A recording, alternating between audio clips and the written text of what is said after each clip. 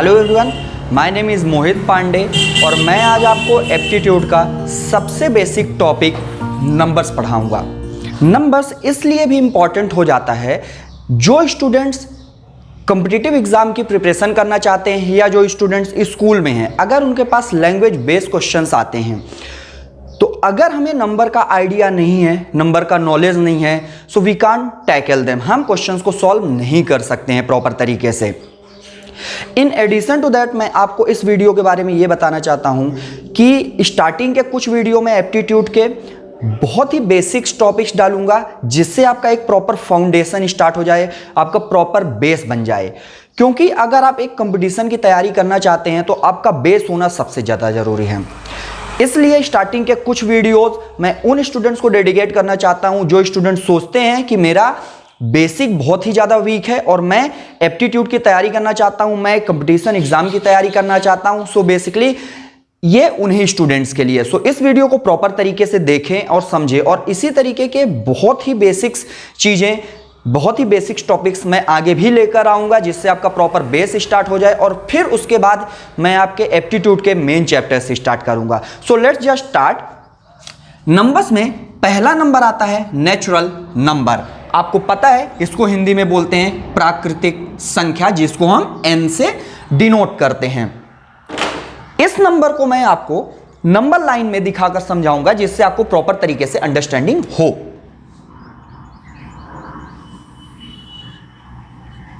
Natural numbers start होते हैं number line में 1 से, फिर ये नंबर बढ़ता जाता है 2, 3, 4, 5, 6, ये जाएगा आपका इनफाइनाइट तक। सेकंड नंबर आपका आता है होल नंबर।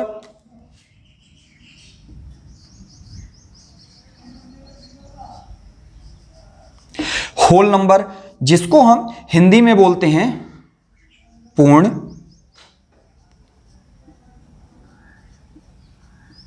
संख्या और इसको हम डिनोट करते हैं W से। इसको भी अगर मैं नंबर लाइन में आपको शो करके दिखाऊं तो ये नंबर्स होल नंबर स्टार्ट होते हैं आपके 0 से, देन 1, 2, 3, 4, 5, 6, इसको भी आप इनफाइनाइट तक ले जा सकते हैं। मैं आपको कुछ चीजें बताना चाहता हूं। कई बार कंफ्यूजन ये होता है कि नेचुरल नंबर्स और होल नंबर स्टार्ट कहां से होते हैं। आप ये समझिए, इसके नाम से ही पता चलता है नेचुरल नंबर मींस प्राकृतिक संख्या। वो नंबर्स जो हमें पहले से ही पता थे, जो गॉड गिफ्टेड होता है या नेचुरली चीजें जो हमें पता होती हैं, वो नंबर्स थे 1 से। 1 से ही हमें पहले से ही पता था। फॉर एन एग्जाम्पल, आपके हाथ में जैसे फिंगर्स हैं, आप 1, 2, 3 आप स्टार्ट ही पहले से करते थे। पहले के टाइम में जो प्रॉपर पहले की सिविलाइजेशन थी, फॉर एन एग्जाम्पल रोम, यूनान, आप ऐसे ही कंट्रीज को देखिए तो इनको ये मैथमेटिक्स में बहुत ज़्यादा डेवलप थी और ये 1 से ही सारे नंबर्स स्टार्ट करते थे और कैलकुलेशन स्टार्ट करते थे। उसके बाद आपको सबको पता है कि 0 इंडिया में इन्वेंट हुआ। उसके बाद 0 के आ जाने से ये सारे के सारे नंबर्स पूरे हो गए, कंप्लीट हो गए, इसलिए हम इसको बोलते हैं पूर्ण संख्या। हिंदी में ज्यादा क्लियर है ये पूर्ण संख्या, whole number. So I hope कि मैंने ये डाउट आपका क्लियर कर दिया होगा। फिर आपका आता है थर्ड नंबर इंटीजर्स। इंटीजर्स को हिंदी में बोलते हैं पूर्णांक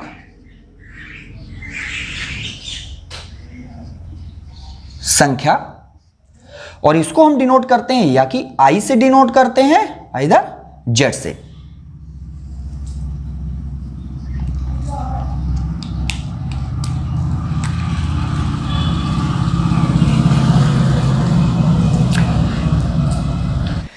कि सारे के सारे नंबर्स, चाहे वो पॉजिटिव हो नंबर, चाहे वो निगेटिव नंबर्स हो और 0, सारे के सारे नंबर्स इंटीजर्स होते हैं, पूर्णांक होते हैं। इसका मतलब ये हुआ कि हम ये बोल सकते हैं कि नेचुरल नंबर यानी प्राकृतिक संख्या पूर्णांक संख्या भी है, मतलब इंटीजर्स भी है, होल नंबर्स भी इंटीजर्स हैं। कैसे होगा ये मैं आपको वेन डायग्राम में प्रॉपर शो करके बताता हूं, लेकिन उसके पहले कुछ नंबर्स और देख लेते हैं। इंटीजर्स के बाद आता है इंपॉर्टेंट रेशनल नंबर, फोर्थ।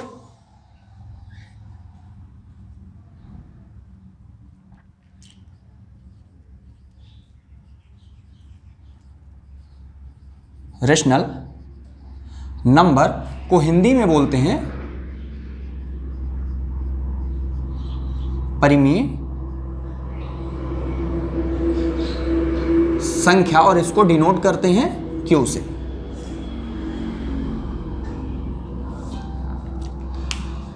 सारे के सारे नंबर्स जिनको P अपॉन Q के फॉर्म में हम लिख सकते हैं उनको हम रेशनल नंबर बोलते हैं। कैसे P अपॉन Q के फॉर्म में? लाइक P लिखा आपने, Q लिखा, यानी एक नंबर ऊपर हो और एक नंबर नीचे हो, मतलब अंश में कोई नंबर हो और हर में भी कोई नंबर हो, तो हम उसको बोल सकते हैं कि ये एक रेशनल नंबर है, परिमेय संख्या है। जैसे, बट इसमें एक कंडीशन ये है, Q नॉट इक्वल टू 0 होना चाहिए।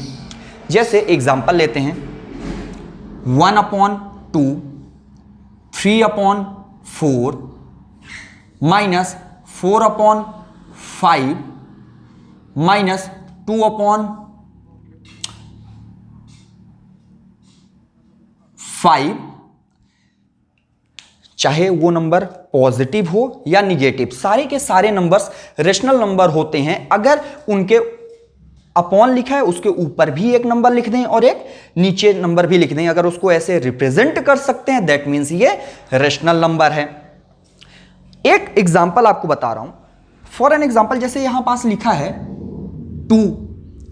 अब 2 को हम लिख सकते हैं 2/1, लिख सकते हैं कि नहीं लिख सकते? बिल्कुल लिख सकते हैं। 2 को हम लिख सकते हैं 2/1, यानी हमने P अपॉन Q के फॉर्म में लिख दिया, यानी ऊपर भी एक नंबर है, नीचे भी एक नंबर है।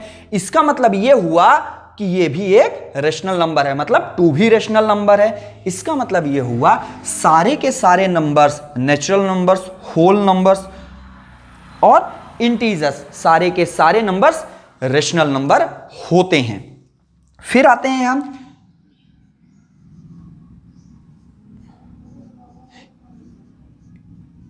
इरेशनल नंबर में। इरेशनल नंबर को हम हिंदी में बोलते हैं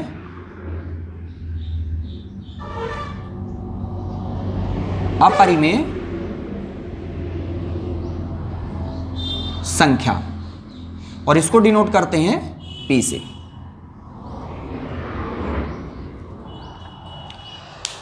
सारे के सारे नंबर्स जिनको हम P अपॉन Q के फॉर्म में नहीं लिख सकते हैं उनको हम बोलेंगे इरेशनल नंबर है, अपरिमेय संख्या। मतलब परिमेय संख्या का जस्ट अपोजिट होता है अपरिमेय संख्या। P अपॉन Q के फॉर्म में लिख सकते हैं, इसका मतलब ये एक परिमेय संख्या है। P अपॉन Q के फॉर्म में नहीं लिख सकते हैं, इसका मतलब ये अपरिमेय संख्या है। कैसे, समझिए आप, कुछ एग्जांपल्स मैं आपको शो कर रहा हूं। जैसे √2, √3, पाई, और भी बहुत सारे एग्जांपल्स हैं। इनको हम P अपॉन Q के फॉर्म में नहीं लिख सकते हैं। क्यों नहीं लिख सकते हैं ये समझिए आप।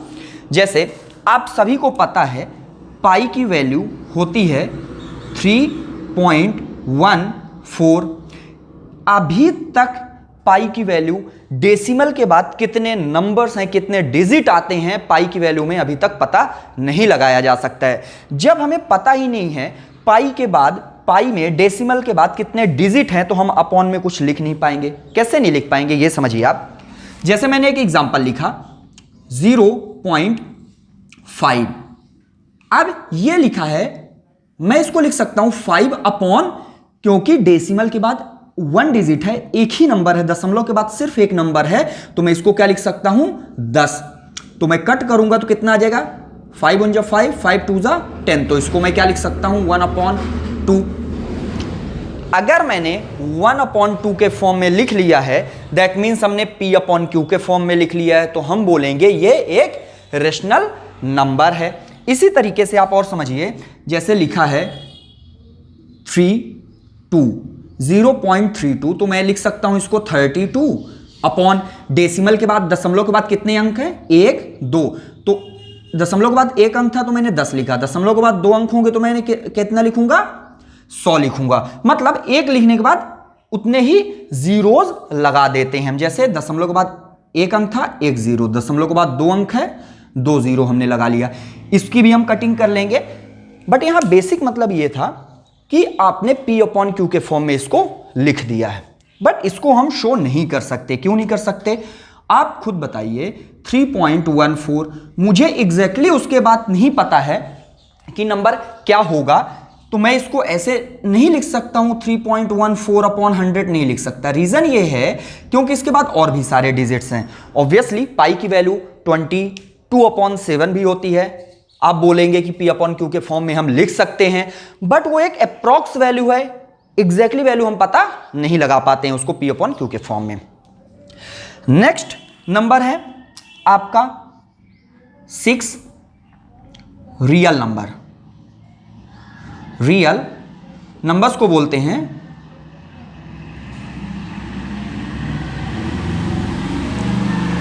वास्तविक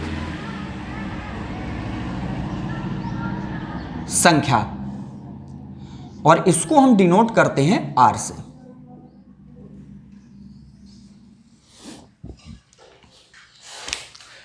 all numbers are real numbers except imaginary number. जितने भी मैंने आपको नंबर्स अभी पढ़ाए हैं, सारे के सारे नंबर्स रियल नंबर्स होते हैं। नेचुरल नंबर्स भी रियल नंबर है, होल नंबर भी रियल नंबर है, इंटीजर्स भी रियल नंबर है, रेशनल नंबर भी रियल नंबर है, इरेशनल नंबर भी रियल नंबर है। ज्यादातर कॉम्पिटिटिव एग्जाम में क्लास 10 तक की एप्टीट्यूड पूछी जाती है, इसलिए आपके कोर्स में रियल नंबर तक ही रहता है। इमेजिनरी नंबर जो होते हैं वो टेक्निकल मैथमेटिक्स में आ जाता है, हायर मैथमेटिक्स में हम पढ़ते हैं उसको, इसलिए उसको कंसीडर करने की जरूरत नहीं है। But still I will give you some रफली आइडिया अबाउट इट। सो लिखेंगे इसमें all numbers are real numbers except imaginary number. Imaginary number, imaginary number के अलावा सारे नंबर्स रियल नंबर होते हैं। अब मैं आपको ये जितने भी मैंने नंबर्स आपको पढ़ाए हैं, सारे के सारे नंबर्स मैं एक वेन डायग्राम में शो करूंगा, जिसके बाद आपका पूरा का पूरा कंफ्यूजन क्लियर हो जाएगा।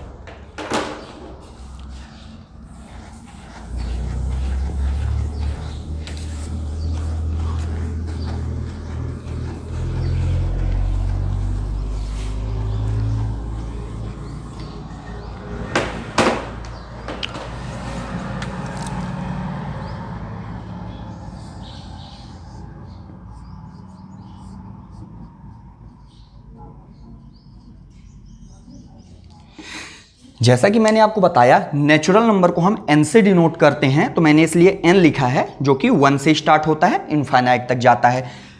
और उसके बाद हम लेते हैं किसको, होल नंबर्स को। होल नंबर्स को हम डिनोट करते हैं w से, जो कि स्टार्ट होता है 1 से, देन ये भी इनफाइनाइट तक जाता है। फिर होल नंबर्स के बाद हम लेते हैं इंटीजर्स को। इंटीजर्स को हम या कि i से डिनोट करते हैं या कि z से डिनोट करते हैं, और इसको माइनस इनफाइनाइट से हम बोल सकते हैं ये सारे के सारे नंबर्स प्लस इनफाइनाइट तक इसके अंडर में आएंगे।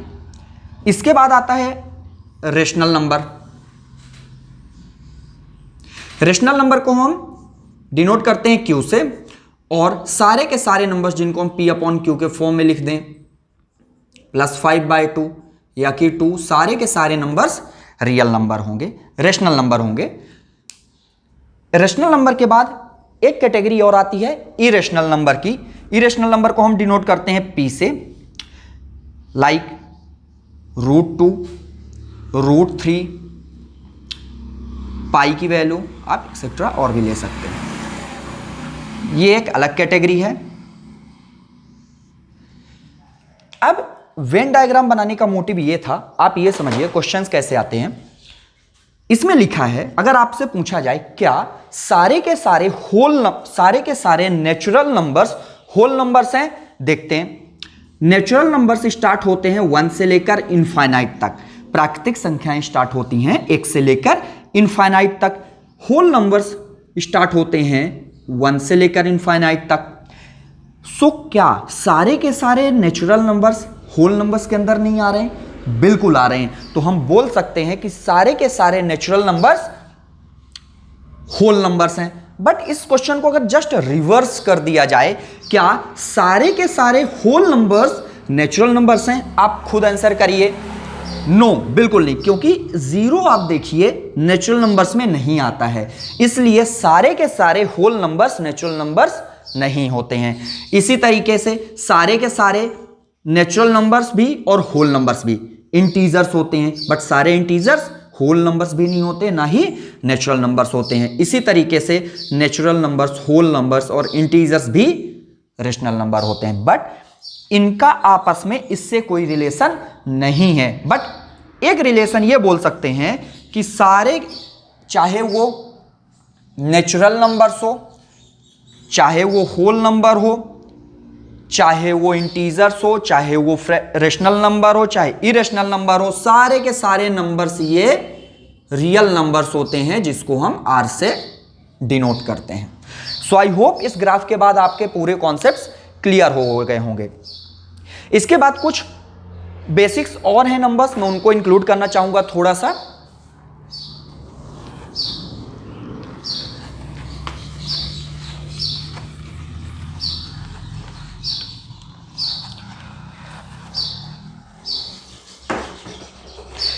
इसके बाद कुछ नंबर्स आते हैं इवन नंबर्स और ऑड नंबर्स, सम संख्या और विषम संख्या।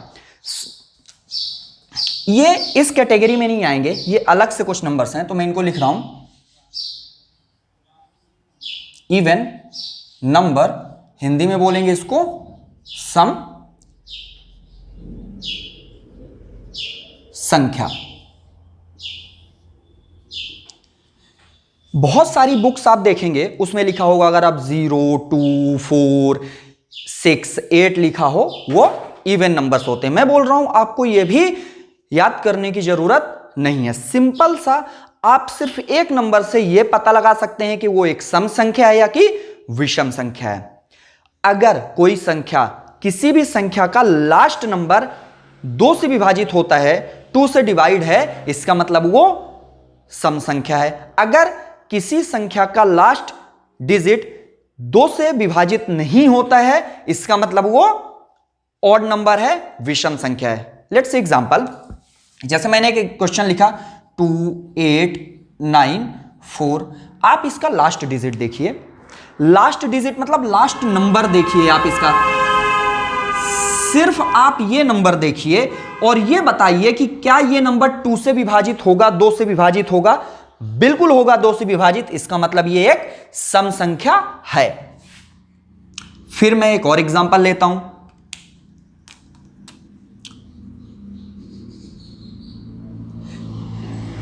अगेन इस संख्या का सिर्फ लास्ट नंबर देखिए और बताइए क्या ये 2 से विभाजित होगी?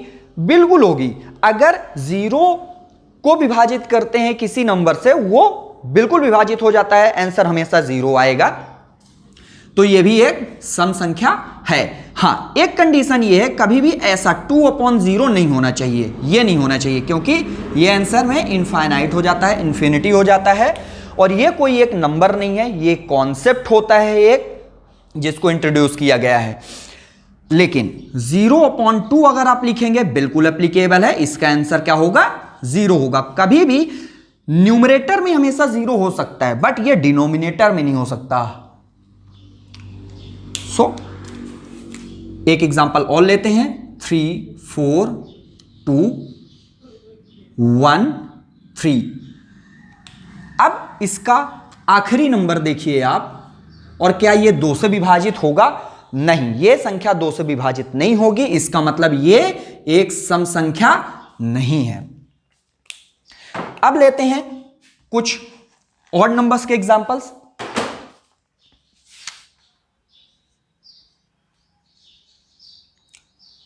ऑड नंबर्स,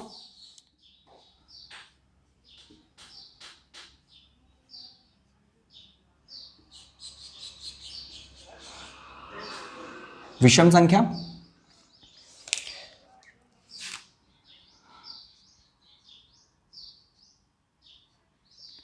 जैसा कि मैंने पहले ही आपको बताया, आप सिर्फ एक नंबर से यह डिसाइड कर सकते हैं वो एक ऑड नंबर है या कि इवन नंबर है।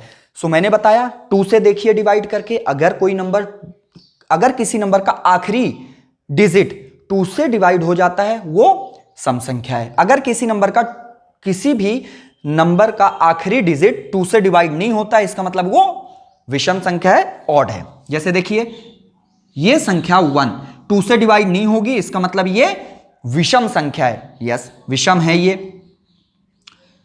फिर 2 4 8, इसका आखिरी नंबर आप देखिए, क्या ये 2 से डिवाइड होगा? यस, हो रहा है। इसका मतलब ये विषम संख्या, ऑड नंबर नहीं है। सो ये बहुत ही बेसिक्स था। इसके बाद मैंने आपको ये बताया था एक नंबर इमेजिनरी नंबर भी होता है, जो कि ज्यादातर कॉम्पिटिटिव एग्जाम में इसका थोड़ा सा भी पूछा नहीं जाता है। तो मैं थोड़ा सा रफली आइडिया आपको दे देता हूं जिससे आपको आइडिया रहे। होता है आपका, इसको बोलते हैं कॉम्प्लेक्स नंबर, और हिंदी में इसको बोलते हैं सम्मिश्र